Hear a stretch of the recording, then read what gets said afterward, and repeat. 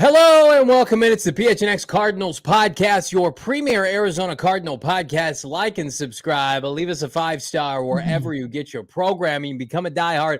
Go PHNX.com. Pick up a free hat and or shirt every single year. You are a diehard. We have reached the owners meeting week. The man to my right, Brack, will be traveling to sunny Florida tonight. En route to meet with Jonathan Gannon, I'm Johnny Venerable. We are buckled up and ready to go for what should be, I would say, a pretty newsworthy week for our Arizona Cardinals, Brack. Yeah, just buckle up, right? Because we're a month away from the NFL draft, and we don't have things settled. In the Arizona Cardinals hold the 4th overall selection. Jonathan Gannon, who I'll talk to tomorrow, I'll ask him if he's flattered by everybody in their comments on his gigantic biceps. And other things we'll get into as far as conversations of the 4th overall pick, Marvin Harrison Jr., and then some. You mentioned become a diehard, our friends out there. How about Spencer became a diehard officially today? Lorenzo, Nick, welcome to the squad. Welcome, bros. Get in that exclusive member Discord, and let's talk some Valley sports, some PHNX sports. Glad to have everybody in the chat. Michael, Ken, Dee, Phoenix Rising. How about Zona Tucson 93? Congrats on your Cats and punching their ticket to the Sweet 16. Hank Hill, Nico, Mikey Desert Cardinal, Elgin, Diego. It's a full squad. Ozzy also here. K1 since day one. Very respected. One of my favorite follows on Twitter. Great and follow. that as well. What's up, everybody? Hopefully everybody's having a great Monday. All 140 plus of you. Yeah, it's going well here in this sector of the internet, this podcast, because we're not going to gloss over it any longer. Like the Cardinals, it feels like with each passing day, are going to succumb to what should be a historic package for the 4th overall pick. I put out a mock draft, shameless plug at gophnx.com. You can check it out for free right now. And I had the Cardinals taking Marvin Harrison Jr. without a ton of confidence at pick 4. I think I gave it 60-40. That number has been slipping out of reach, Brack, for the hands of Cardinal fans and myself for the better part of, 2 or 3 weeks since the Minnesota Vikings opted to add an additional first-round pick this year. And now we're at the point where you've got Jim Harbaugh, you've got Sean Payton openly talking about the fact that the Arizona Cardinals are in the catbird seat. And I do feel like, and we were talking a little bit about this off air, are we just at the point where the momentum is too great for Austin Ford and company to forge a bidding war for the 4th overall pick with the teams that we're going to discuss here, that they have no choice but to surrender the rights for Marvin Harrison Jr. It's crazy that we're at this point. It does feel like that's where the tea leaves are blowing at this time. Yeah, it's tough. I mean, is it inevitable? No. But is the bidding war, is it upon us? Are we in the midst of it? Absolutely. Like Monty Austinfort said himself last week, like big neon sign, we're open. We're open for business. We'll always be open for business. And it feels like the first 3 picks in the NFL draft are pretty much solidified. Quarterback.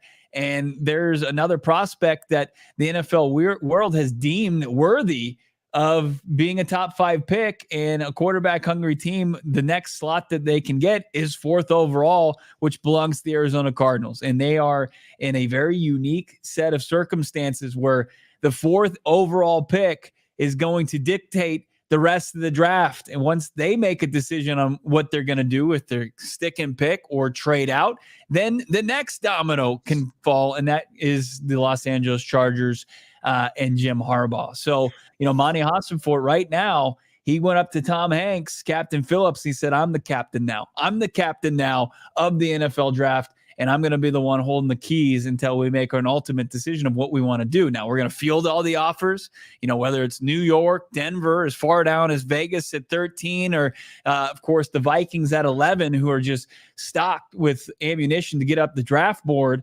And we're going to just kind of look at all the offers and then make a decision and then go from there.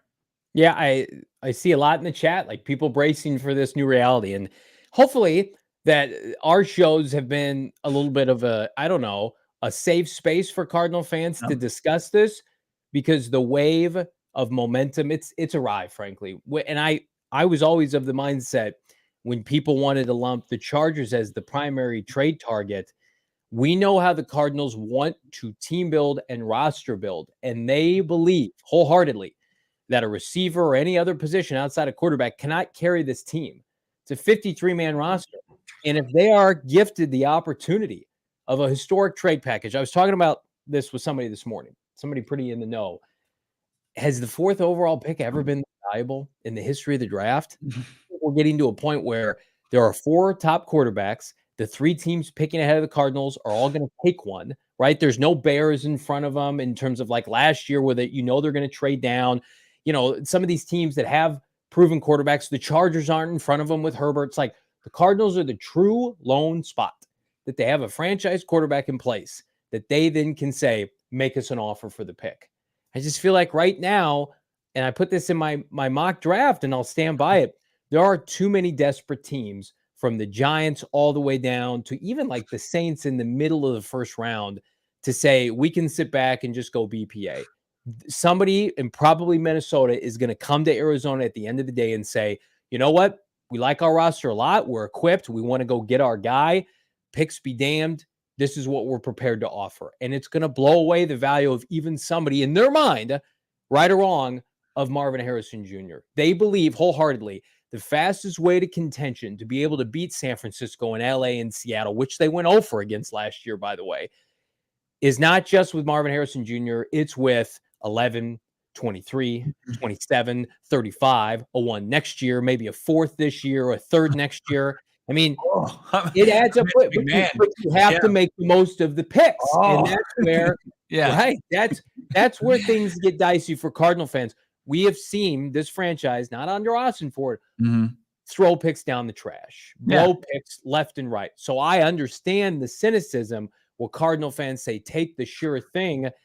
This is Monty Austin-Ford, if he does this, asking for your immense trust that he will get these right. And if he does, you can't argue the fact that you hit on these picks. It sets you up better than even if you take Marvin Harrison Jr.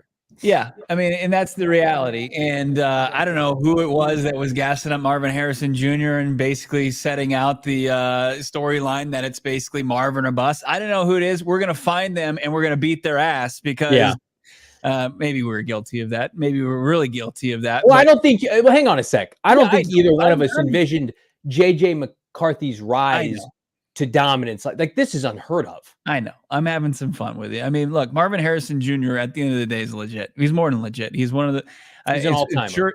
Is a sure thing is the NFL draft gets generational. I know it's thrown around far too often, but as far as he goes, I think he's deserving of that designation. But to your point, he's a wide receiver and he's consistently good fast food. It's gas. Every time you get it, it's fantastic. But as you said last night, I mean, you're going to love it. It's always going to hit. But at the end of the day, is it ultimately what you need to go where you want to go with, your life? Do you want, those 3 firsts in an extra next year where it's got that nutrition and exercise program that's going to get you on the right trajectory as well. And it's going to give you absolutely what you need. And Cardinals fans, if Monty trades out, right? If he trades out and he passes on a chance to select Marvin Harrison Jr., you're going to be pissed. You're going to be upset. Johnny's going to be carried out of the draft room if it's a draft day trade, but you'll get over it. I'm telling you right now, you'll get over it because I mean, if they hit on the picks, I don't even think that's I think you're going to get over Marvin Harrison so quickly when this isn't 2003 Terrell Suggs. This isn't 2007 passing on Adrian Peterson. As we said, Monty Austin-Ford is the captain now. It's not Steve Keim. He's not walking through that door, and he's not going to draft, a no-name out of the MEAC. It's not Rod Graves, who's not watching film, who's going to take a couple fellas back-to-back in the teens instead of just an absolute homegrown beast. He's not going to do that. It's Monty Austin-Ford, who went 4 for 4 in his top 100 picks last year. He's got 6 this year and could have as many as 7 to 8 if he pulls the trigger on a deal a month from now. He'll have at least an absolute beast 7. On the clock. Monty Austin-Ford's a beast on the clock. How dare we throw him in the same conversation as Steve Keim? Like, I know. Like when we say who hurt you, Cardinals fans, we know who did. We can point to him in the courtroom. He's got giant jowls. He's been in a few courtrooms himself. Steve Keim, yes, he's the reason why you guys are feeling a little hesitant to do it. But absolute Monty Ossenfort is a beast on the clock. The Cardinals have needs on interior defense, edge, cornerback, interior offensive line, maybe even tackle of the future. And yes, wide receiver. And this is a stacked draft at wide receiver. If they pass on Marv, it's not, hey, we're punting on the position. I think Monty Ossenfort, he's going to make the right decision. He's going to make the decision that he feels is best for this organization. And like I said, like you pass on Marv, I feel the pain, but Cardinals fans, they're going to get over it. If they win, they have to win and the picks have to produce. Like I agree with you to some extent. I think there are going to be fans that are, listen, we talked about this off air. Like if they go chalk and they do this deal and it's like non-sexy draft Twitter prospects that, you and I and everybody in the chat knows Byron Murphy II, Jerzon Newton, but the casual fan, and I'm not calling casual fans casuals. I'm just saying like people who are casually a fan of this team. Yeah, non-knowers of ball. Right. Well, hang on. Yeah. that want Marvin Harrison Jr., they're going to be upset. And they're going to say, I need to see it come to fruition. I need to see this team have an upward trajectory. I also think it puts immense pressure on who that first pick is, 11, especially if that player becomes a receiver, whether it's a Brian Thomas Jr. or I don't think it's realistic to consider Rome Odunze there, but the Cardinals are going to have to prove to everybody that we're not just going to continue to wait for return on investments like last year with the Houston pick. The Cardinals passed on the defensive rookie of the year, and I thought it was the right move, and I still do. And they got pick 27 out of it and an additional third, and the Cardinals still have to spend those. I think Cardinal fans who went 0-6 in the division with Kyler Murray back now making $50 million, they want to see this team produce now. And Marvin is your best avenue to do that in many of their eyes, including myself. But like think about it. It sounds like it's the path, right? It does. And where Marvin Harrison Jr., he takes the offense and he puts rocket fuel into it, right? You can take the offense to the moon. It was a top 10 offense when Kyler Murray returned to the lineup, right? Yeah. Statistically, that's a fact. But we still saw when the Arizona Cardinals were playing in tight games, what did the opposing offenses do to their defense? They imposed their will on them. Yeah. They blew defensive players off the ball. And I think that you've raised the level of talent on the defensive line already. Bilal Nichols, Justin Jones, come on down. But when you looked at what were we looking at most this free agency for the Arizona Cardinals to upgrade, they want edge and defensive tackle. Yeah. Defensive tackle guys like Christian Wilkins, guys like Chris Jones, even though we like this show never felt like that was a realistic option. It was a realistic option for anybody. Matabuke was in there. Right. Yeah. Matabuke, 25-year-old, just double-digit sacks, a war daddy in his own right, right? Byron Murphy, the second, quickly, like he's a guy that fits those profiles, a guy that could project to be one of those players. So, I mean, I think that the sting instantly starts to wear off once you start making selections, because you start to look at how dominant Byron Murphy was in Texas's run in nearly taking out Washington in the college football playoff because of how they set the line and dominated the line of scrimmage. I think you have to get a receiver high for fans to feel better. Sure. Why not? It's a loaded. I think you have to land one of the big four receivers, and that's easier said than done because we think certainly somebody's going to go 5 and potentially 6. Jim Harbaugh, Bo, alluded to that today. How about this from Harbs, our guy who's openly speaking about, hey, first of all, he's gaslighting JJ McCarthy. That's not a surprise, but he's also, according to Rap Sheet, new Chargers coach Jim Harbaugh is saying there's talk of 4 quarterbacks going in the first 4 picks. That means number 5 is like the first pick in the draft. I love Jim Harbaugh. Clearly excited about the options at his draft slot. We know we got a great player that's going to be there. So he's openly saying, hey, the Cardinals are probably going to trade out. So we're going to get a great player at 5. And he's not wrong. It's the position you and I thought this team was in the Arizona Cardinals for flipping 3 months. Now we're in a reality in which we're moving down. It does. I mean, doesn't it feel like it's about a coin flip, if not more so? Now the tea leaves are saying the Cardinals are going to make a trade with somebody. Because here's what I'll say. The Minnesota Vikings do not make that deal to come up to 23 with JJ McCarthy in mind, or Drake May, one of the two, if they can't finish the deal off. They would have had to have conversations with Monty Ossenford, and he would have outlined exactly what he needed. And there's no, like, the Giants are not going to outbid the Vikings, because then what do the Vikings do? Then they just have 2 picks in the first round and no quarterback. The Raiders, we're going to talk about the Broncos. These teams, the Vikings will not be outbid. Let me just repeat that. Right. There is no scenario with Minnesota trading up in mid-March for another first-round pick that will allow them to be outbid. So Monty Ossenford knows he has an ace in the hole. The Vikings will do whatever it takes. And if that's the case, the Cardinals aren't picking it for. The Vikings are going to come to Monty Ossenford. I asked Bo off air, could the Vikings give the Cardinals 4 first-round picks, including 2 this year? I'm not discounting it, given the desperate state that they're in, given the fact that Ossenford has all the leverage here. I mean, just say it out loud. The Vikings are going to give you an infinite haul, an historic haul at pick 4 that has never been seen. I love Marvin Harrison Jr. as much as anybody else. There is 0 chance that Ossenford passes on that. 0 chance. And I don't know if it's going to be the right decision long-term. I'm hopeful, but just say it out loud. Historic haul for the 4th overall pick, and the Cardinals are going to pass on that with the roster in the state. This isn't the Niners roster. The Cardinals need a lot of stuff, as Bo outlined. So we're just trying to be transparent here. It's just like, this shit's happening. It just really feels like this is going to get done. Yeah, it would give props to Quessy, general manager of Minnesota, to, if he holds on, and you got players going off the draft board on a month from now, and he just kind of stays sturdy and just lets it play out, and then trades up with the Chargers because he doesn't give in to the Cardinals' demands.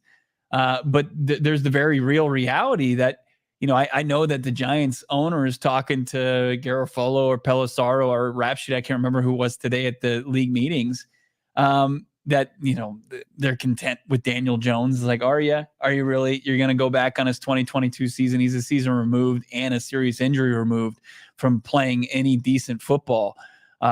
It's time to move on.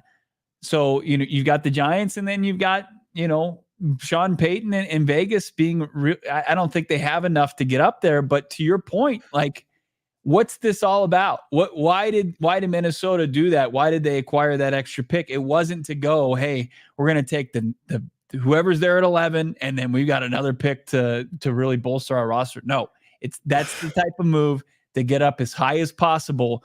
And it's talking framework that I think is going to be ironed out, if it wasn't today, the rest of the week at the league meetings. Somebody's asking me what percentage I give this. My percentages have gone down the garbage disposal at this point. Like, I felt extremely confident that Marvin Harrison Jr. was going to be the pick. This JJ McCarthy rise to significance here has really just kind of changed everything. And maybe Ossenford and company have known this the whole time, and it's just taken the rest of us, including draft Twitter, to catch up. But I mean, no quarterback class has ever gone 4 for 4. I don't think it's ever happened before. It's only 3 for 3 at the top. But you have so many teams in quarterback purgatory where they feel like we have the roster to support it. We're willing to give up assets in the process. What are the Cardinals in a position to do? The opposite. They have their franchise quarterback. They're not moving off of him, but they have to make the most of Kyler Murray's prime and build up the rest of this roster. And I see people in the chat like, I think this is going to be the consensus if and when it happens. Passing on Marv would be the dumbest move in franchise history. That's what Chris says in the chat. I see majority of Cardinal fans. There's polls out there on Twitter taking the pulse of this fan base. It's about 80-20 there's not enough first round picks that you could give Cardinal fans to pass on Marvin. Yeah. Like that's not nothing. And this fan base is in a very tumultuous situation, given the fact you've won 8 games in 2 years. This opportunity has been gifted to you. You've got momentum now, and you're going to trade down again. That's why I push back on your notion like they'll get over it quickly. We got to get to training camp. Byron Murphy or Brian Thomas Jr. or Jerzon. These guys better be kicking ass. They better be the best players on the team by October, November, December, or amongst them. They better have a Paris Johnson, Michael Wilson rise to prominence, because if they don't, it puts an immense amount of pressure on them and Austin for it, especially if Marvin Harrison Jr. is over in the AFC, 1,300 yards, 15 touchdowns, offensive rookie of the year nomination. This is the long play. And I agree that it's probably the right decision for the longevity of this team.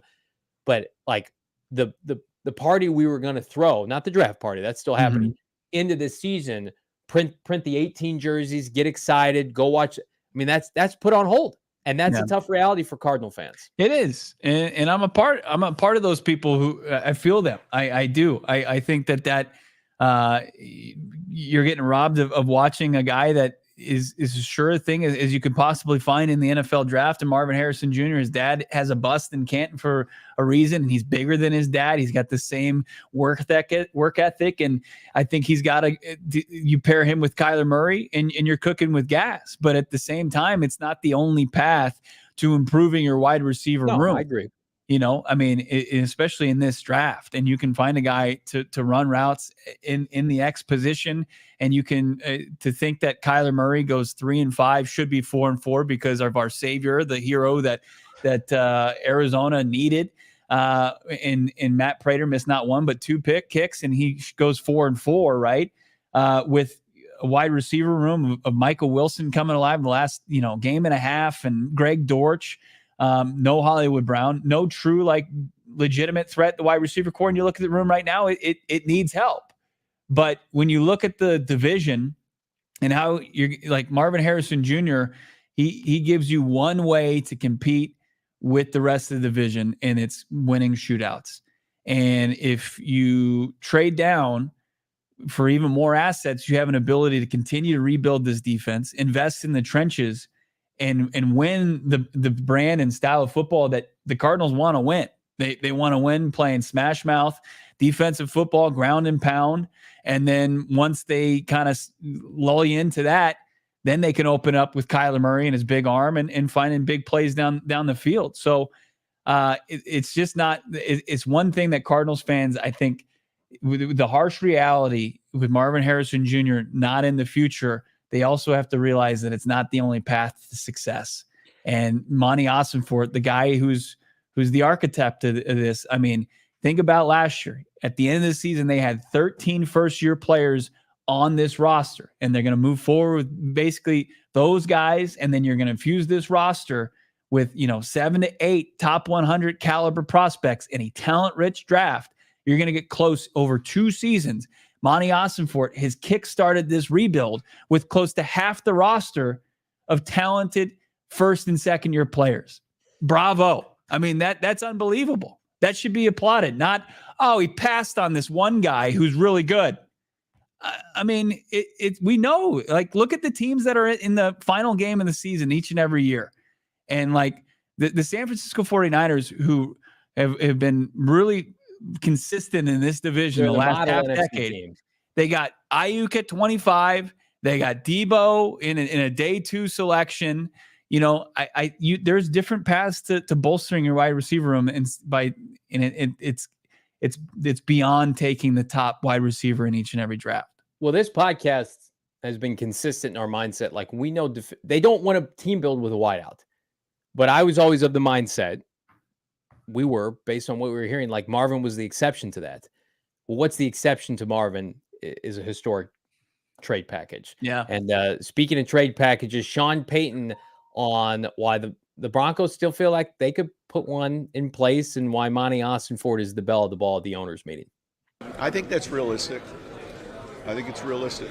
I know your report suggested otherwise, but it's realistic. Well, I wouldn't say that. Yeah, no, it did. I would.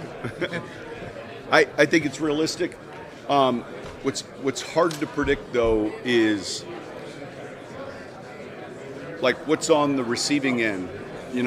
I think it's good to be Monty today at Arizona, right? So it's hard to predict what that cost is, and yet I certainly wouldn't say it's unrealistic. And we'll pay close attention to it.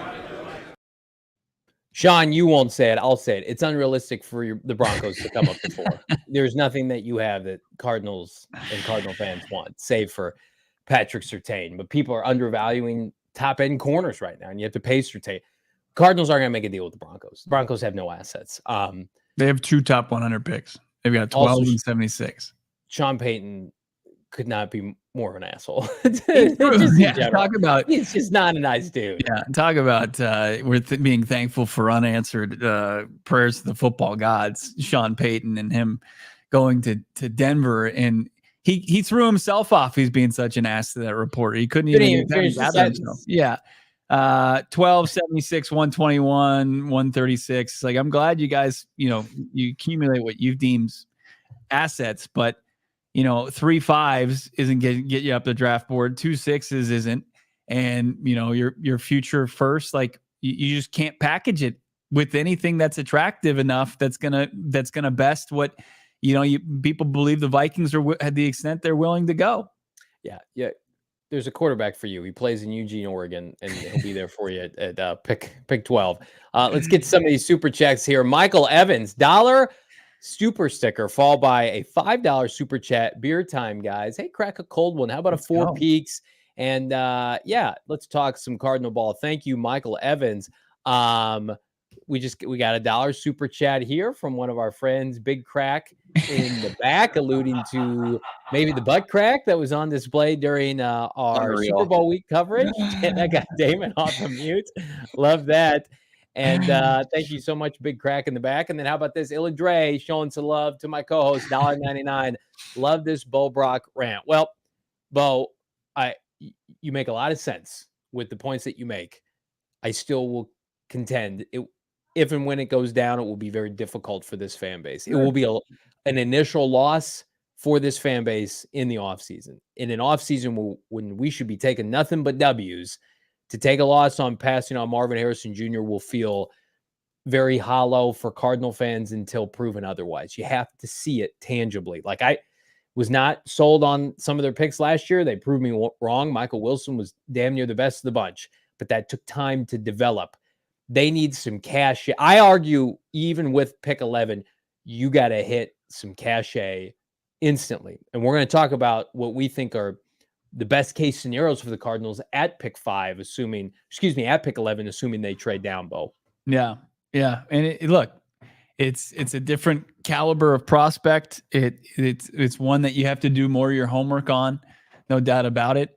But if it's the Godfather and offers you can't refuse, then it's going to be right. And the Arizona Cardinals are in year 2 of a rebuild, and I'm with, like, I can't say it enough. Like, I'm with every single one of you. No, you're not. It is going to be don't. Come on, Damon. I want to apologize to this fan base and to the 467 people watching. I'm sorry that these two have broken the line. I'm still at the front lines, holding strong. Scab. Day or bust. These two have they've quit on us, and it is what it is, guys. But we're still here. Wow. We are. I just don't know. I'm not saying it's the right decision. I would rather them take him. What this show is about, transparency and honesty. Like, what do you guys believe is going to happen after what has transpired today in this past 10-day period? I can tell you just my opinion. My opinion is now they're probably going to trade the pick, right? Which sucks on the surface level. I'm ready to get a number 18 jersey for my 9-year-old. I want to watch Larry Fitzgerald 2.0, but we never won a Super Bowl with Larry. And that wasn't his fault, but like, that's the reality of the situation. I think they're going to trade out of the pick now. Look at Damon. Hold. Unbelievable. Hold. His Tucson cronies in the chat now. Yeah. We got Jessica saying, "Preach it, Damon dog." I mean, yeah, sure. You just play to your audience. There you go. You guys quit on us. I'm not quitting anything. You can call me. I'm not quitting on anything. No, you did. Not. It's sad. It's not traitors. People are calling us traitors in the chat. Sellouts. I don't. Man. It would be just like, okay, sure. Let me just Marv or bust, and then just put my head in the sand, just bury it for the next month until they inevitably trade the pick away because it was a deal that Monty couldn't refuse. Man, if we trade out, don't acquire Big Dom, it isn't worth it. How about that, Damon? Could we get Big Dom for pick 105, maybe? Damon Dog for president. Quit. Unbelievable. I would quit if Big Damon's been waiting. He's been just kind of biding his time, and he's just been waiting, lurking, some would call it, looming. I've been yelling at Bo all day around here. I really have. Just waiting for his moment where he could jump in and just kind of steal some votes. And that's what he's done today. Harmony saying Monty is pick hungry. He is. And it shows you that they love this draft class. It's why they doubled down last year. But I don't love a 2025 first from the Vikings. I can tell you that. Let's get to some odds here. These are the odds JJ McCarthy goes to the Vikings. Get the barf bag out. JJ McCarthy odds via our friends at BetMGM. It's not even money anymore. And we feel like 11 and 23 could be en route to the desert at any point now. Minus 140, JJ McCarthy. Now, this isn't pick 4, so theoretically, this could still be to the Chargers at pick 5. JJ McCarthy, according to BetMGM, minus 140. Then you've got the Giants at plus 400, the Broncos at plus 450. Then there was some dumb Twitter post today, and it was from Pelissaro, and I like Tom, saying the Washington Commanders are going to maybe take him at plus 1,000. Come on. I think somebody's putting that out there, so somebody else drops. Like, no, Jaden Daniels is going second overall. Drake May and JJ McCarthy are going to go after that. Like that. Come on. What are we doing? Yeah. Minus 140. I mean, maybe the Patriots might be a value there. And yeah, I mean, the Giants plus 400. It's BetMGM with those odds. That's how are the Vikings going to allow the Giants to outbid them? Right. Somebody answer that question. I've slept on that. I did my mock last night. I woke up to this shitstorm today. And I just have finally come to the realization, Bo, it's just like the Giants are in a position where they cannot top what the Vikings could offer the Cardinals in Austin Ford's eyes. Even though 6 would mean Malik Neighbors or Roma Dunze or whomever, an assurance of that, not hoping and wishing. And these are just cold hard facts. Here's another cold hard fact for you in the best possible way. BetMGM, we just showed you the odds for JJ McCarthy going to the Vikings. You can bet that on that now, and you can use the first bet offer. It's up to $1,500 with our friends at BetMGM using, guess what? The bonus code PHNX. Download the BetMGM Sportsbook app now to get started on your iOS or Android device, or check them out. I love doing this. BetMGM.com. Pull up the entire sportsbook. They've got draft props, of course, NBA going on. We've got NCAA tournament, tons of stuff to dabble on, but you got to do it with BetMGM, and you got to do it with the bonus code PHNX. Sign up and deposit at least $10, Bo, into your BetMGM Sportsbook account. Place your first wager. You're going to receive up to $1,500 back in bonus bets if it loses. So you got $1,500 to spare. That's the most that you can bet. Let's say you put all that on Marvin Harrison Jr. going to the Cardinals. You went emotionally ahead. You put JJ McCarthy going 4th overall. If the bet loses, you're going to get $1,500 back in bonus bets. If the bet wins, you're going to get paid out your initial wager. But you got to dabble right now with BetMGM, as low as $10 up to $1,500 if the bet loses. Check out the show notes for full details. Now listen to my guy Shane Diefenbach talk about it in the disclaimer. Most bets expire in 7 days. One new customer offer only. Gambling problem? Call 1-800-GAMBLER. Available in the U.S. Call 877-8-HOPE-NY 467-369 New York. Call 1-800-327-5050 Massachusetts. 21 plus only. Please gamble responsibly. Call 1-800-NEXT-STEP Arizona. 1-800-BETS-OFF Iowa. 1-800-981-0023 Puerto Rico. First bet offer for new customers only. Subject to eligibility requirements. Bonus bets are non-withdrawable. In partnership with Kansas Crossing Casino and Hotel. See BetMGM.com for terms. U.S. promotional offers not available in New York, Nevada, North Carolina, Ontario, or Puerto Rico. The king of sportsbooks, of your new flooring needs, Empire Today. We love Empire Today. You're looking for new flooring, carpeting for your home, your condo, wherever it may be. Empire Today is going to let you shop at home with convenience, with the right product for your dwelling. quick professional installation. You like that? How about a price match guarantee? You can go find a better price, and Empire Today is going to be like, okay, we'll match that. And also, we're going to help you save $350 to continue the convenience, continue the ease, continue making it a quick, easy process for you to get your flooring needs figured out. Right now, go to EmpireToday.com/PHNX, and you're on your way to saving $350 on your new floors with Empire Today. Also, you check out, while you're on their website, their virtual floor designer. You can start right now looking at what new flooring would look like in your dwelling. Find out right now. Check out EmpireToday.com/PHNX and start your path to $350 off brand new floors. They're going to look so unbelievable, and you're going to get the experience you're looking for with Empire Today. I was thinking about it. Yeah, drop a like. No doubt about it. Close to 500 people in here. Damon Dog's speech right there. It really did kind of rally the troops. It did. It got everybody feeling something. But we need to hold the line. It gave me big time SGA vibes, like student government vibes. Remember those people that had no shot running for student government, and they're like, we're going to get McDonald's in the cafeteria. We're going to get you free sodas at lunch. And you know what? They could never deliver. We're not setting you up for something that we can't deliver here. We're setting you up for reality. It's like what I told my daughter when she turned 3, put the passy away, put the pacifier away. It's time to be big boys and big girls in this house, in this podcast. We did not want to feed some faux propaganda that it was Marvin Harrison Jr. or bust, and then everybody wakes up and, guess what? Shit got real and they're picking 11. Like, we treat everybody as equal adults on this podcast. And if you can't see what's happening through the tea leaves of the comments when other coaches like Jim Harbaugh and Sean Payton are openly coming out saying Cardinals have all the leverage for a trade, they're probably going to make a trade. What's happening? At no point does it feel like the momentum is shifted back to MHJ. Now, it might. Something could go awry. Talks could break down. But I thought this was interesting. We don't get to play that card now. March 25th, 5:10 p.m. Johnny and Bo said no shot Marvin Harrison Jr. I didn't say Cardinal. that. Do you think it doesn't pain me to see Jim Harbaugh just act as arrogant as he did at the meetings today, knowing that he's getting MHJ, that he's going to fall in his lap? Because I was there at one point too. I felt I know exactly how Jim Harbaugh felt. He's out there just winging and shooting from the hip, talking like he's got all the cards. Who's got it better than Jim Harbaugh? Nobody, because he's getting Marvin Harrison Jr. And I felt that too. But then I saw it slip through my fingers, and I don't want to, I don't want to set people up to be blindsided by that. And in the next couple of days. Yeah, there's nobody more arrogant than Bo, absolutely, when it comes to that.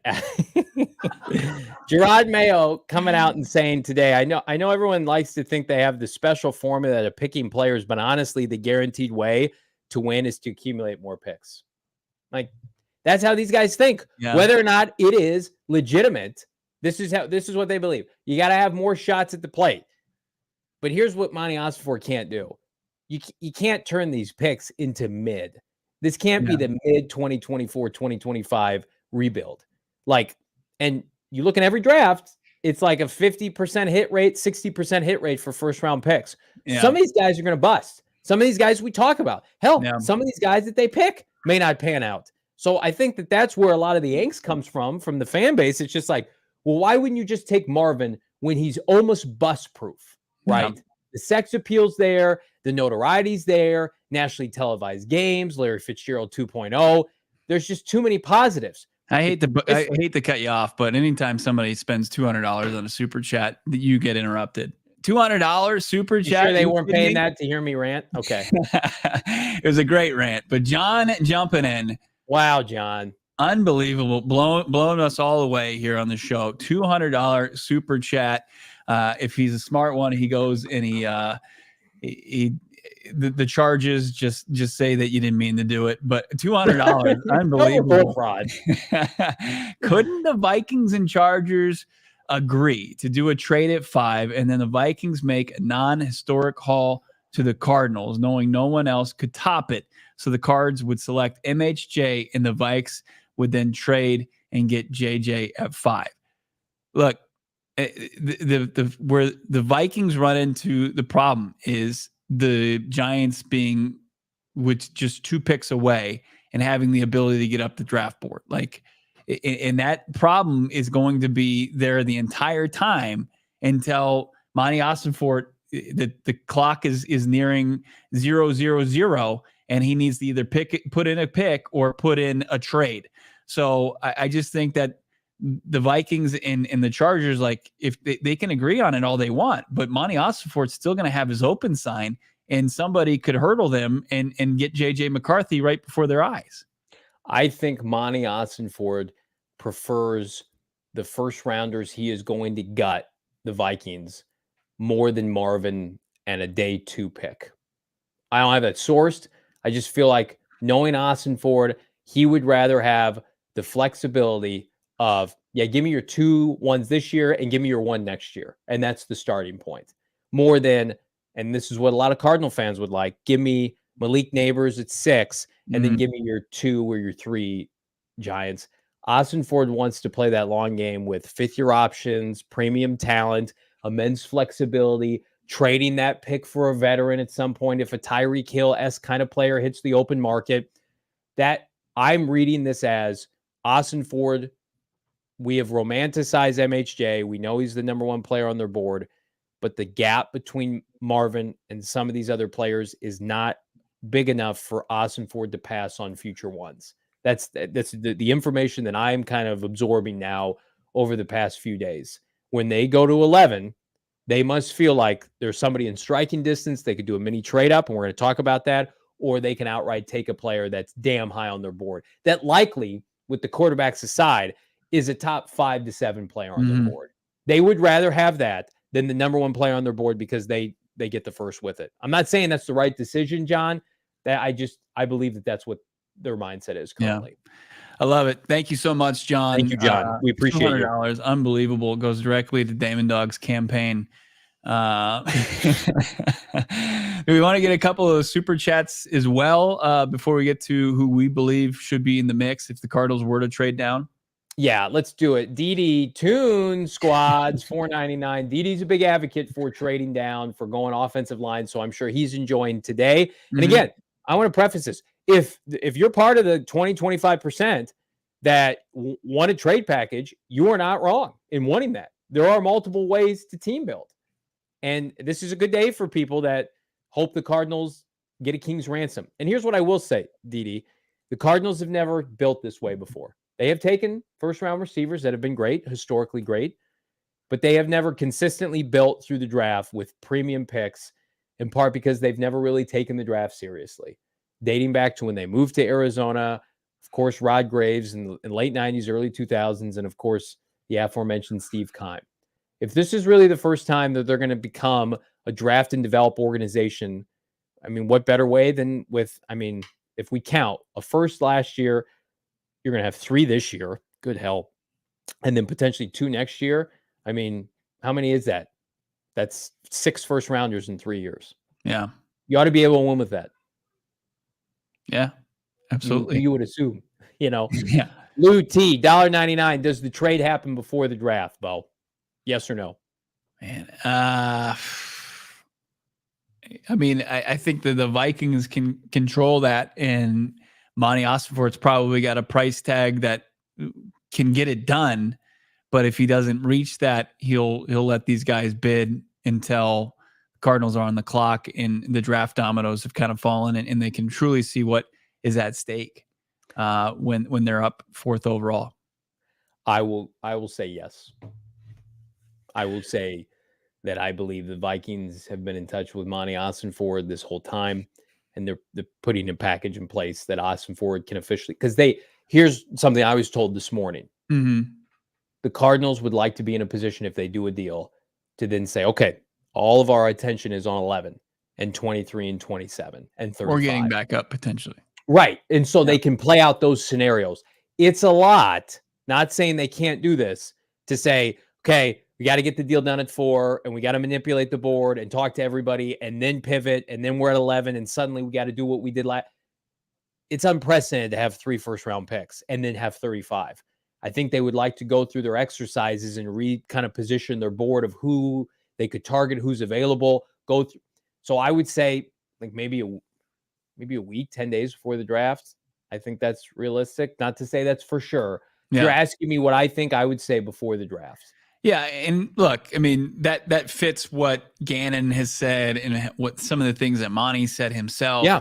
Just about the preparation and going through the scenarios and truly what if they believe that and they're going to trade down, might as well do it with the ability to kind of assess the board with more than time to spare and go through all the different scenarios. Because Gannon said, I believe it was like around the uniform reveal last year, like, I mean, he's going through every scenario, and they were at 3 at that point, and then trade downs and everything. So Monty is not going to be somebody that's going to be caught off guard by anything. And if it gives him the best ability to navigate the 2024 draft, then yeah, I mean, I guess that makes some sense.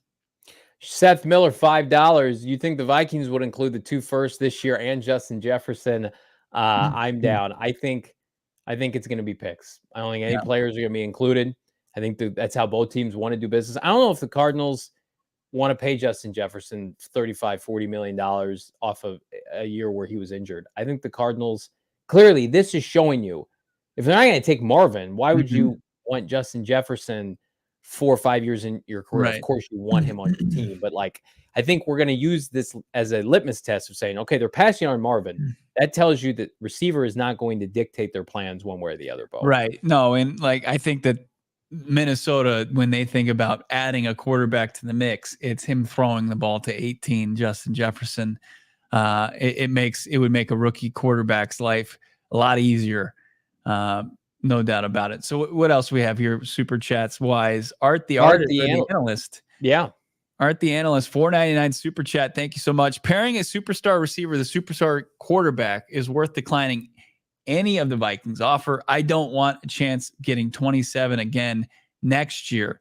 Get the Vikings future first. That would go the way of the Texans pick, where they make at least a divisional run, and you're sitting there near the back end of the first round. It's a real possibility. And if the Vikings got JJ McCarthy, are they better than Detroit? No. Are they better than Jordan Love and the Packers? Probably they're right around a game or two around that. But I mean, on paper, are they better? Dude, they won 7 games with Dobbs and without Justin Jefferson. They're a good team. They're well coached. I think their floor is about 6 wins. I think their ceiling is 10 or 11 wins. So I think you need to be 10 or 11. Yeah, I think so. You don't make this move if you don't think that you can be a fringe playoff team. Yeah. I just maybe 9 or 10. That's a lot more. And Chicago, Hawkinson, Addison, Jefferson. They've got a good offensive line. The NFC North, suddenly it's loaded up, and I think, with a rookie quarterback, and he's not even going to be the best rookie quarterback in the division. No, that's true. I mean, there's going to be, it's not to say 27. Like if the Vikings that pick ended up being 27, I'd be pretty shocked, to be honest with you. It's not the slums of the AFC South that CJ Stroud and Texans were able to navigate. One of the worst schedules I've ever seen last year. It's going to be a bit more. I think you need to be prepared for like the middle of the first round. I think that's not bad. 14, 15, 16. I'd sign up tomorrow for that, actually. I know you would. All right, let's sign up for what we would do. Let's say the ticker comes across. The Arizona Cardinals now have pick 11 and 23 and a bunch of other picks. But right now, all eyes move from pick 4. You pour one out for Sweet Baby Marv, and you reassess, which is what we do on this show, like a couple big boys. We're going to talk about our 5 best realistic options at pick 11. I'm going to defer to my co-host. I have not seen his big 5. Bo Brock, go ahead, get us started. You're so gracious. Let's check it out, Damon Dog. My God, what a graphic. That's gorgeous.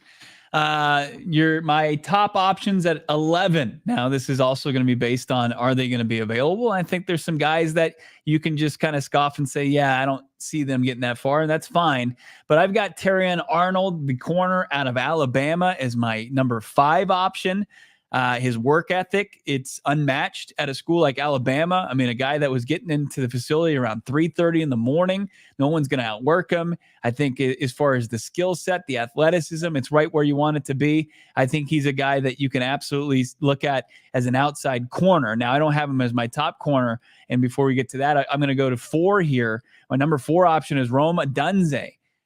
This is a big if he's available at 11, but I think if he is and you've traded down, this is a guy that you run to the podium for. The 6'3" playmaker out of Washington, statistically, analytically, everything you're looking for. Rome Odunze is that he's competitive. He's one of the few top 3 receivers, the only top 3 receiver that chose to work out at the combine. I like that. Number 3, Quinyon Mitchell. Getting back more is like who would be available. The corner out of Toledo saw him, got some eyes on him, talked to him at the Senior Bowl. He's as competitive as they come. He made sure to answer all the question marks that organizations had about him playing against Power 5 school players and matching up. Would he match up physically? And I think he answered those questions. I think he's the top corner in this draft. So if you can get him at 11, that's great. But then it comes down to it only if some of the top tier defensive 7, front 7 guys are off the board. And I've got number 2, Byron Murphy II out of Texas, award daddy. I know it'd be tough for a fan base to take that you're taking a defensive tackle. But when you look at who was the most sought after free agents this offseason and why, you want to get your opportunity to select one of your own. And Byron Murphy is that guy in this draft. And then they've done nothing at the edge. So I'm going to go number 1 would be Dallas Turner, who's in the mix to be the top edge in this draft out of Alabama. And remember Monty doing his little shimmy after he ran a sub 4, he ran a 4.40.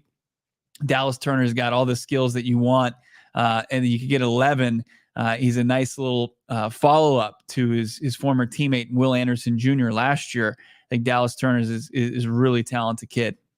I like 1 or 2 of your selections. I think that list would be, while realistic, very disappointing for Cardinal fans. Ozzy 221. We're going to pass on Marvin for Quinyon Mitchell. This has got to be the worst thing I've ever heard. Come on.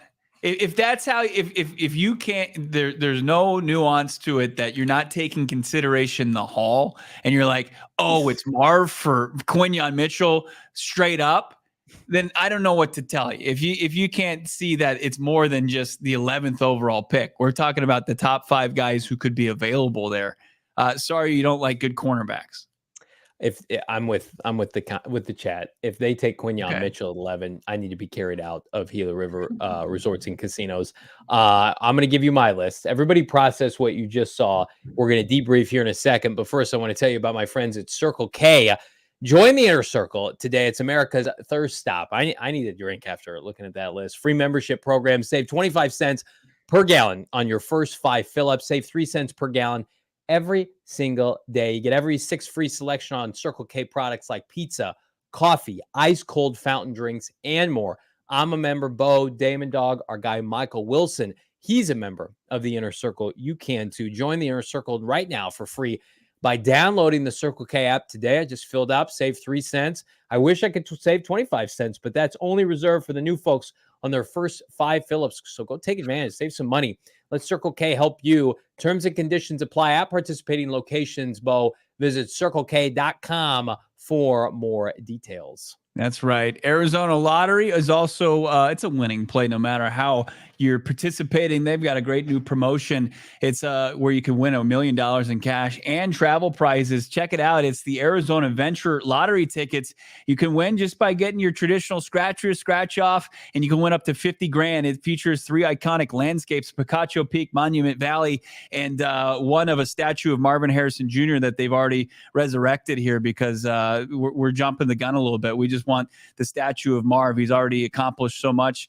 No, I'm kidding. It's Camelback Mountain. Tickets, prizes get you up at $50,000. Also, you can check in at your G-located adventures, 10 destinations across the state. From Flagstaff to Yuma, visit azadventure.com for details and directions. You can enter tickets online for a chance to win $1 million in cash, Arizona travel prizes, AZ Lottery is not just about playing games and winning prizes. It's about giving back to the states and its communities. Visit azadventure.com for more info and how you can take the adventure and a chance to win $1 million in cash in Arizona travel prizes.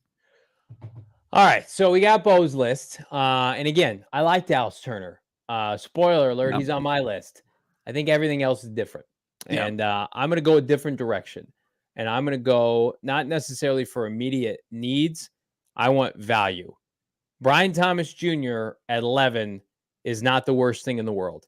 When you hear about the rise in the former LSU running mate of Malik Neighbors, who is not on this list, it's not realistic. I would have no problem with Brian Thomas Jr. at 11. I think that the Cardinals pass on a receiver at 11, shit gets real fast. Like, what are you doing? What's happening with 23? Who's available, right? You're in the slums then with everybody else. Are you taking an Orlando Franklin? Are you going to go, a Troy Franklin? Are you going to go Xavier Legette? Are you a lad's lad with our guy Damon Dog? Like, none of those guys are of the top 4. So I think if you have a chance to sniff out one of the big 4, you got to go do it. So Brian Thomas Jr., you could say that's an overdraft. I have no issue with that. Dallas Turner, Bo, as you mentioned, best defensive player in the draft. You get him in 11. That's good value. Like, you say what you want. People saying, oh, I can't believe we're going to take a defender with our first pick in an offensive-rich draft. Dallas Turner's a top 5 pick in most any other draft. He comes from an NFL factory in Alabama. He was a running mate of Will Anderson Jr. I think he's got a ceiling of a guy, 12 to 14 sacks per year. He was a combine phenom. He checks all the boxes. We know the Cardinals like him. Would have no issue with that. Now we're going to get up to the big 3. I think Fuaga and Joe Alt, whomever their preference is, if they're in striking distance, I think the Cardinals would make a play, especially for Joe Alt. But I can tell you right now, the acquisition of Jonah Williams, which I like, will not prevent this team, especially, Bo, if they're thinking long-term, to pass on a top tackle in this draft. Do you agree with that? Because I'm going to tell you right now, their moves in the draft, if they trade down, would suggest they're playing the long game. Well, Jonah Williams is on a 2-year contract. Joe Alt can play guard for a year. Fuaga can play guard for a year. They want to build a fortified wall in front of Kyler Murray. You just figure this shit out later. If Fuaga or Joe Alt is the best player available and you love said player, you need to take them. Number one's probably a pipe dream. Roma Dunzee's not making it to pick 11. Does somebody like a Tennessee who Austin Ford has a relationship with, or in Atlanta, who probably wants to acquire more picks, do you make a call to them and you jump Chicago? Chicago will take Roma Dunzee if he's there. Chicago might try to trade up for Rome. I think it would be very difficult outside of parting, God forbid, with pick 35 to get Roma Dunzee. So then you're just watering down what you were going to do with Marvin. So there's not a scenario in which I think he gets there. I'm putting that this is a pipe dream at number 1. Really, 2 through 5 are the realistic options for me. And then probably Byron Murphy, the second, tied for 5th with Brian Thomas Jr., Bo. Yeah, I mean, I see a lot of those guys, 4 or 5, are all projected to be within the top 10. So yeah, they look really good at 11, and that's easy. And like Brian Thomas Jr., I mean, Spielberger had him going 12 today, and that's the highest I've seen him go.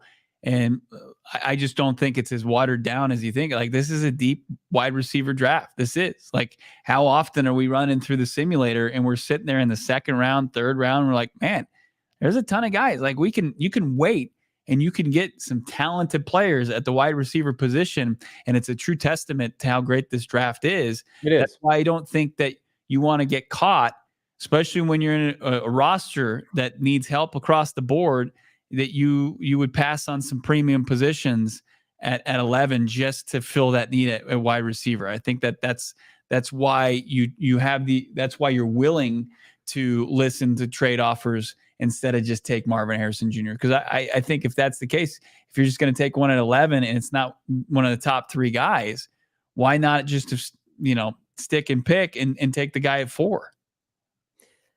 That's a great question. I would do that. Tea leaves would suggest otherwise. Back to the super chats we go. Nightingale Sunset, $2. Monty could be playing the long game, to be honest. Do you mean the long game in this draft process, or do you mean the long game as it relates to team building? I think he's playing the long game fortifying this team, or wants to, with cheap assets that are within the top 50 plus selections in the draft. I think he relishes the idea of having guys on fifth-year options that play premium positions like defensive line, like corner, like edge rusher, like offensive tackle and receiver. And when you're paying Kyler Murray the amount of money that they're paying, even though they're not cap strapped, you have to supplement elsewhere. Like, go look at some of these other teams, Bo, within the NFL landscape, like Cleveland, trying to shed salary at certain positions, right? Because of what they're prepared to pay Deshaun Watson. Mm-hmm. Dak in Dallas, they've got to pay CeeDee Lamb, and they're paying Dak big money. They can't re-sign a lot of the guys to help them get to their, back-to-back NFC East titles. I mean, the Cardinals are going to be in a position where, yeah, they're going to be able to sign some people like they did in free agency, but they want to flush out the meat of this roster with first and second rounders, which you got to hit on. We got to hit on this. Our guy, Topic 64, friend of the show, is showing us a lot of love. $49.99 super chat. Lots of generous super chats. Thank you so much. Topic 64. If we trade down, our first pick needs to be a big wide receiver. We've passed on so many good receivers over the years. CD, Justin Jefferson, Brandon Ayuk. So if we don't get MHJ, Rome, Thomas Jr., and any other big receivers should be our first pick. Like, I think that there's lots of big bodied wide receivers throughout this draft. Like, are you getting a little bit of a watered down version? Like Xavier Legette, he's still a big body. He's a specimen out there on the playing field.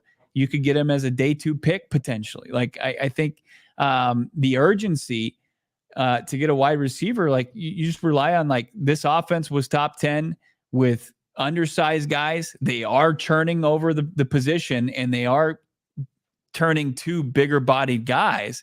They'll inevitably get them in the door, but is it going to be via their first selection in this draft? I just don't think that that's the approach that they're going to take in team building, with the exception potentially being Marvin Harrison Jr. sticking and picking at 4th overall. According to, this is from the Purple Persuasion, according to Jordan Reed, who we interviewed at the Combine, works for ESPN, and then I think a little bit of a kickback to Dan Graziano, they predict the Vikings will present a trade package to the Patriots with an offer they can't refuse for pick 3. These picks include 11, 23, a 2025 first rounder, and they would select Drake May or Jaden Daniels. So, again, where did that package come from? I haven't heard that before. Oh, weird. I thought the Cardinals would have to give picks. I thought the Patriots have to give picks back to the Vikings. Weird. The Purple weird. Huh? I mean, yeah, it's just referencing an ESPN article that's out. So Graziano, Jordan Reed think the Patriots are trading down. I have to believe it to see it. Are we doing a party that day if that happens? Yeah, absolutely. Emergency pod, no doubt about it. I mean, that solidifies everything, because, well, I mean, unless you still have the Giants, but who's got the picks then to do something? Right. Scraps. You ain't talking like Sean Payton can call all he wants. Hang up. Yeah. Block his number. He's like, hey man, we've got the ammo to get up there. Zach Allen used to play for you. Yeah. You have any interest? Goodbye. Art the Analyst, $4.99 super chat. I've seen execs think McCarthy goes 2 from Bleacher Report. How does the package from Minnesota or other teams change if Daniels is available? I think it sweetens it. I think Jaden Daniels and Drake May are considered better prospects across the board. I mean, I think that the Vikings have done their homework on JJ McCarthy. They feel comfortable enough to give up the amount that they would have to give up and surrender, but they would go in on those on JD or Drake May. I put this in my mock draft, and this applies to the Commanders and the Patriots. I get it. You want to add picks. Who are you using those assets for next year to play QB for you? You take a look at the 2025 NFL draft, those QB prospects. You got Dion talking about Shedeur. He's going to pick his team. You want to enter that? What an underdog, by the way. What a just inspiring story for Shedeur to come out of nowhere and get to where he's gotten. It's really got me. I can't wait for the movie. Yeah, I can't wait for the series. Charlie Sinclair, 199 super chat. What's up, boys? I love Sinclair jumping in here. He's a resident Chargers fan. He means well. You give us some nice little 199 super chats and been in the chat, and we appreciate Charlie. What's up, boys? Love Harbaugh propping up JJ MHJ to LAC. Look, I mean, like I said, we've been there before. We felt like the stars were aligning and MHJ was going to be a Cardinal, and I think Jim feels the same way about him now. They're aligning for him to be a Charger, and that's a good feeling. So gross. You guys are just sweet music to Charlie's ears. I think Charlie's in a great spot. They're either going to get a trade down package, Marvin or Malik Neighbors. Chargers, they're in good shape. Just like Cardinals are in good shape.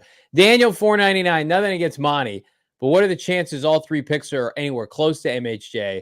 Will most likely be. Plus, MHJ's name is worth more for fans. There's a lot of truth to 100% what you're saying. I can't, there's no way for me, Daniel, to sit here and say Brian Thomas Jr. and Jerzon Newton and a pick next year are going to be better individually than Marvin Harrison Jr. What you have to hope that they turn into is they fuel your team in more ways than Marvin could.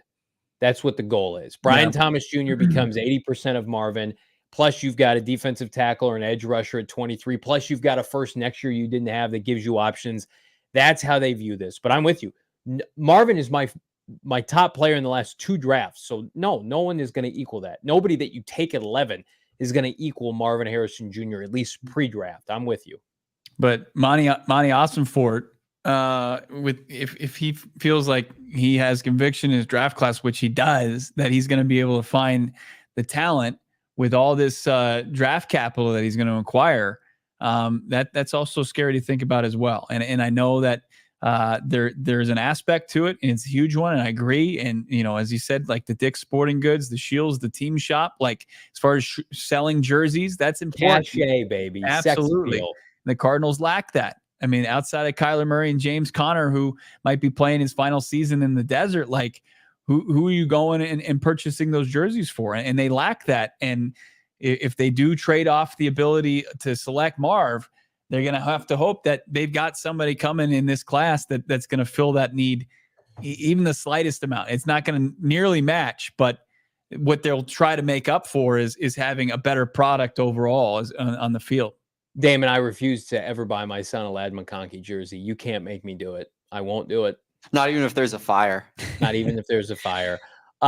Eller, man, I'm the biggest Ladd fan. Like once he got eyes on him, one catch. Once he's out there dicing up, if they don't do anything about this cornerback situation, once he's out there just dicing up some poor victim in the secondary, Johnny's going to be like, he's going to be glued to him.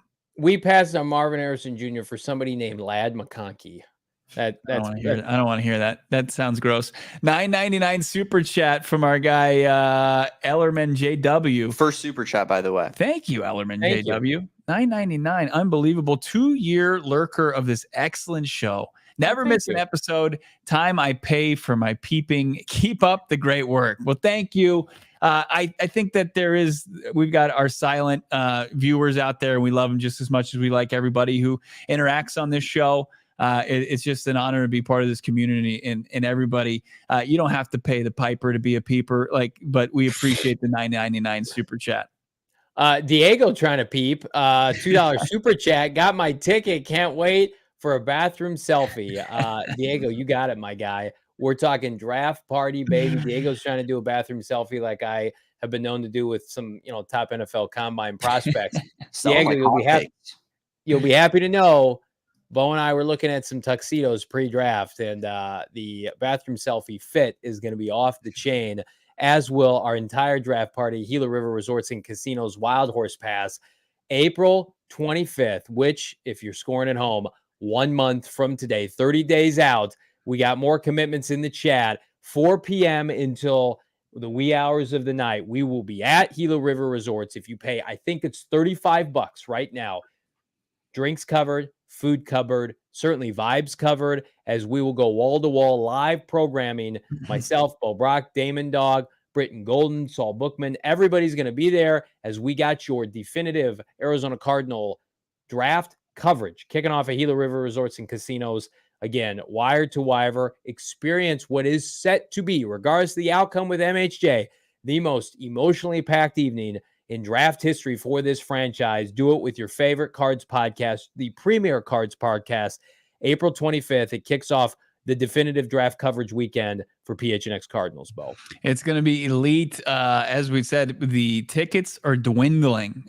Before, I felt confident saying, hey, you could take your time and get them at your own leisure. But now you're going to have to get in as soon as you can, secure those tickets. I know that, we'll have some different opportunities down the line, but if you want to get in the door, and I know our GM Saul Bookman has been talking to like fire marshals and trying to expand how many people we can get in on the draft party. But as of right now, if you want to get your ticket to the dance, if you want that bathroom selfie with Johnny, then you're going to have to, get it right now. Go to gophnx.com/events and you'll find your link, or you can find it right now. I think they just posted it, PHNX_Cardinals on Twitter.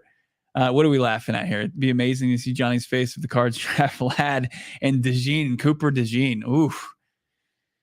Now it's getting tough. Now it's more of a jagged pill to swallow. I don't like it. I'll tell you what's not a jagged pill to swallow. The deals on deals with our friends at Game Time. The Game Time app is the premier ticketing app. I was on the Twitter streets about a week ago. There was a viral post of another ticketing app, Bo, that will not be named on this podcast, but the fees were almost the amount of the ticket itself.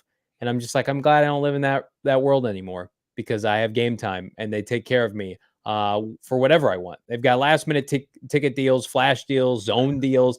And it's not just for sporting events, which they are elite. Concerts, comedy shows, parking passes. Of course, we've got Diamondback games on the horizon. Whatever you want to do it with our friends at Game Time. We're going to hook you up $20 off your first ticket with the bonus code PHNX. And I'm going to tell you right now, all you got to do, download the app, create an account, takes a matter of minutes, and then you're locked and loaded. I'm literally, every time I'm thinking about doing something, whether it's for my kids, my wife, going out. I love being here in the Valley, because we got immense amount of options to go and see stuff all year round. Game Time's a must. And $20 off your first ticket purchase might cover the entirety of your ticket. We're going to a comedy show in early May. It covered my ticket. It can cover yours. Terms and conditions apply. Create an account. Again, PHNX is the bonus code. Download the Game Time app today. Last minute ticket, lowest price, Bo, guaranteed. Absolutely. And to help you deal with a reality nobody wants to think about, Ladd McConkey and Cooper DeJean being don't even say that. Don't even put that out there. 3 picks in the NFL draft. OGs is always there for you. It's always your best friend when you're staring down harsh realities. But with Monty Osford, it's always a bright future. And OGs also is going to brighten up your day. Whatever cannabis gummy experience you're seeking, OGs is going to be able to provide that for you. Check out their full product line right now, ogsbrands.com. They got the big OGs. It's the big 100 milligrams of THC and 10 perforated slices, so you can just pick off as a couple that you want for whatever you want that evening or day. They got the vegan OGs. They've got the sleep time gummies. They've got the fruits, the creams. You've got the orange creamsicle. Whatever you're seeking, whatever flavor you like, OGs more than likely has it in your local dispensary. Check them out right now. You got to be 21 years or older, but check them out. Their full product line, ogsbrands.com. That's ogsbrands.com. You guys have been crushing it today. Drop a like on this video. Let's get to 500 likes. We're kicking off the week on the right foot with 500 likes from the peeps in the chat. Speaking of peeps, how about a $1.99 super chat? Can't wait for the Dortch extension, Bo. We kind of buried this. This is from Pedro. I would imagine that we get a Dortch extension here in the next 24 to 48 hours, based on the fact that Kyler Murray is posting a photo with Greg Dortch. In it looks like celebratory fashion on his Instagram. Mm-hmm. And then our friend of the program, part of the program, the Greg Dortch podcast, which you co-host, tweeted out some eyeball emojis. So again, maybe no Marv, but it looks like maybe Greg Dortch for beyond just 2024, which would be elite, by the way. I have no idea. I reached out to Greg for comment. Haven't heard back from him. But like, I'm not. He's got more important things to do, or he probably saw my top 5 guys at 11 and was disgusted as well, or he's just one of Damon's dogs and he doesn't want to hear anything until the Cards take Marv. regardless, yeah, I don't know if it's an extension or not. Maybe it's, the new kickoff rules, and maybe, Greg Dortch can show off more of his game. Maybe a pay raise for this year. Yeah, it'd be great. I mean, it's well deserved if that's what's coming his way. But if it's a multi-year extension, that would be electric for your boy Greg Dortch. Charlie back in the super chat, $1.99. Harbaugh is a sick man. Takes LA job. Props up JJ McCarthy. I mean, he's doing his job. That's called doing his job. And at the end of the day, takes a Michigan player potentially, or Ohio State player, I should say. I mean, Marvin almost beat the Wolverines by himself this year. Saw it. We all saw it. I mean, he wasn't there. He was suspended for that game, but he watched it on TV. So Harbaugh knows what he's doing. I will say it will be easier for me if they do pass on Marvin for a trade package to see MHJ go to the Chargers out of the conference. Chargers, I get they're on the West Coast like Arizona, but it's not like he's going to an NFC team. So finds a good home with Herbert if it happens. It's not. I don't want that to happen, but it's easier to stomach than like the Eagles getting him or the Niners or the Rams or somebody. So again, a lot of stuff up in the air, but right now the bidding war continues for Austin Ford. No doubt about it. As I said, everybody's been crushing in the chat. Big thank you. Of course, our friends. There's DJ Dallas. Look at those are the emoji eyes. You got Greg Dortch with emoji eyes, and then you got DJ Dallas with peek into your soul eyes. That's his old headshot from his Seahawk days. Solid. We need that recreated. Yeah. Next year. Oh, I just recreated it right now. Anything else before we get out of here? It's been another banner show. Big thank you to everybody that joined us last night. John for his $200 super chat. Thank you, John. I don't know if we've ever gone that high before. That's unbelievably He's generous. The GOAT super chatter, I think. That's right. And as we said, all proceeds go to Damon Dog's campaign as he leads the charge for Marvin Harrison Jr. to be a Cardinal as you and I fell off the lines. David, friend of the program, $4.99 super chat just popped in. Am I late to hear of any further defensive free agent rumblings? Marvin Harrison Jr. or we riot, by the way. I think, David, you were not late. Certainly not late on that take. Everybody else has been dishing that out.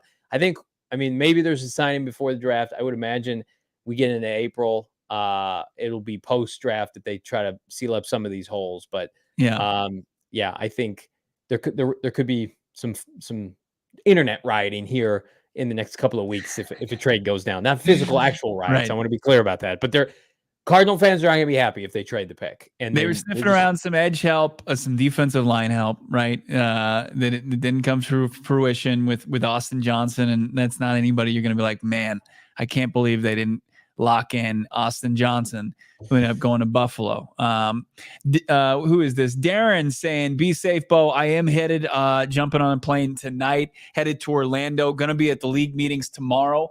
Going to be talking to Jonathan Gannon at 4:45 local time here in Arizona. So if you're getting up early, you can follow PHNX_Cardinals on Twitter for all the content coming out of Orlando and at Bo Brock. And if you just want to sleep in, it's going to continue to be on your Twitter timeline. Just seek out those accounts. And then, of course, we're going to be talking to them on this show tomorrow at the usual time, 4:30, barring any breaking news.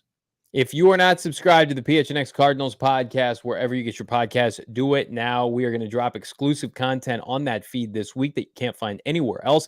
It's an extension of this show right here. All you got to do, find PHNX Cardinals wherever you get your podcast. Click that follow button. Give us a 5-star review. Helps spread the word of the show. We are in the midst of our biggest month ever. I've been doing this show for the better part of 3 years with this man to my right. And you guys have helped make March the biggest month in the history of PHNX Cardinals. I think my 2-year anniversary is coming up this week. Wow. So let's celebrate that by keeping this show the #1 show on this network for this month. We are neck and neck with our friends PHNX Sons, who do a phenomenal job, by the way. And we would love to have the most views. Have the most likes. That's what we want. We want to be #1. Help us be #1. I don't think there's anything wrong in saying that. #1 show. I mean, that's what you want to do. You want to be the number one show, and it's only made possible by everybody. That's right. Even the quiet ones that don't interact in the chat. We appreciate everybody out there that consumes PHNX Cardinals, and we appreciate our guy Damon Dog, award-winning producer, even though he threw us under the bus and drove us over and backed it up and then drove us over us again.